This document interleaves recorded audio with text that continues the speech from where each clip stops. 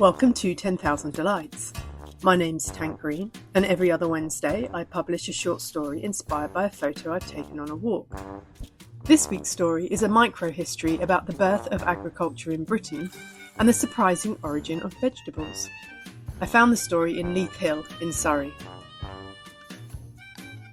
Colin was a Thrussop and has been living in and around Leith Hill since Neolithic times. He and a band of 40 brothers and sisters arrived in Britain in 4036 BCE with not much more than the multicoloured shells on their backs. They were quite a sight to behold, or so I've been told, emerging from the sea at various points around the Welsh and Cornish coasts, like mer people, but with less cultural baggage. At first, the inhabitants of Britain didn't pay them no mind, as the island was sparsely populated and sharing was not a problem. There were a few ladies, of course, who wondered if the Thrussop shells could be repurposed into shelter, wind chimes or clothing, but no one was rude enough to try to take the shells off the Thrussop's back. Except, of course, Rapscalbanna. Rapscalbanna was the most daring lady of Britain, although she didn't actually know that.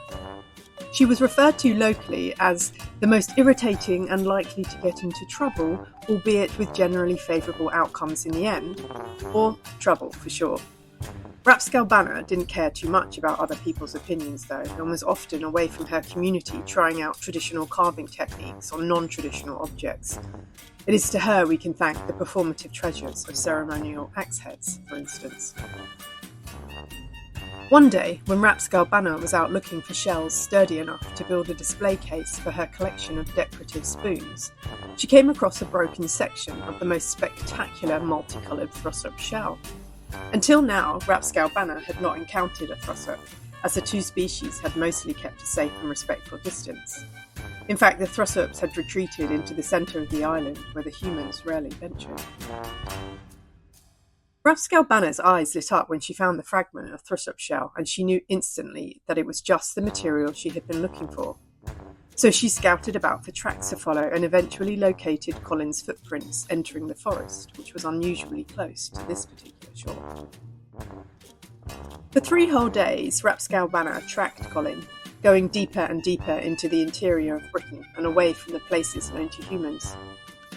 Eventually, she came to a giant mound of multicoloured objects, and she knew that she had found some kind of ritual offering. She was wrong, of course, but her curiosity is what counts. She circumnavigated the perimeter of the mound 3 times, seeking and failing to find its celestial alignment. Eventually, she settled down into a contemplative but exploratory crouch. Unbeknownst to Rapscalbanna, Colin looked on from his hiding place deep in the moss-covered forest. He was nervously chewing his finger shells and wondering what would happen next. To his utter horror, Rapscalbanna reached down and picked up one of the multicoloured objects. It was softer than she expected, and after turning it over in her hands, she gave it a good sniff, and then stuck out her tongue to give it a taste when, "Oh my God, stop!" shouted Colin. Rapscalbanna's tongue retracted as she spun around to locate the source of the shout and found Colin with his shimmering shell standing there with his hands pressed against his face in anguish. Fortunately, as Rapscalbanna was the most daring lady in Britain, her courage didn't falter, and as Colin was 14 times taller than her, neither did his. So they were able to settle down to a nice bit of conversation. It's quite difficult for me to give an accurate account of what Rapscalbanna and Colin spoke about, as Colin, like all Thrussops, is from Syria and I don't speak Arabic. However, I have been reliably informed that the two made an admirable attempt at communication through the use of pictograms, gesticulations and grunts. It turns out that those multicoloured objects are what we modern folk refer to as vegetables, and that first meeting between Colin and Rapscalbanna was actually the birth of modern agriculture. Colin explained that the multicoloured objects were spontaneously shed by Thrussops throughout the late spring and summer, and even for 1 or 2 of the Thrussops well into the winter. As such, the centre of Britain where the Thrussops dwelled was getting full of these objects. They had piled them into mounds and mountains, but they were running out of space.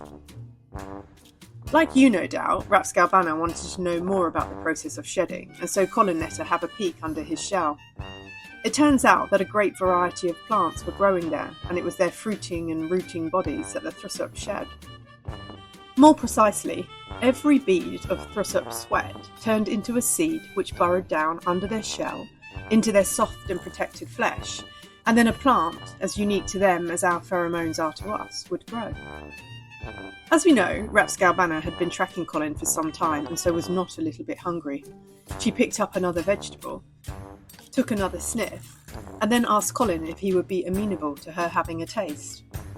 Colin was uncomfortable about this, as from his perspective it was cannibalism, but he was also a pragmatic sort. It wouldn't technically be cannibalism for a non-Thrussop to eat it, and it could solve the problem.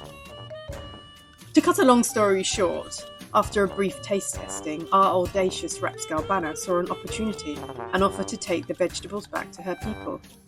As time went on, a trade developed between the humans and the Thrussop. Well, I say trade, but really the humans just did the Thrussop a favour by eating their excrement, alongside the meat, fat and organs from the animals they hunted. One day, as a Thrussop called Safina was delivering a load of vegetables to a human encampment, she wiped her most delicate of brows and a bead of her rose-scented sweat fell onto the ground. By summer, it was a giant vine of tomatoes. Those plucky humans spied an opportunity, and the next time a Thrussop came to their encampment, they ensured a fire or four was raging. Again, a bead of sweat fell to the floor, and this time it grew into carrots. On and on this went until the humans didn't need the Thrussop anymore, so they ate them.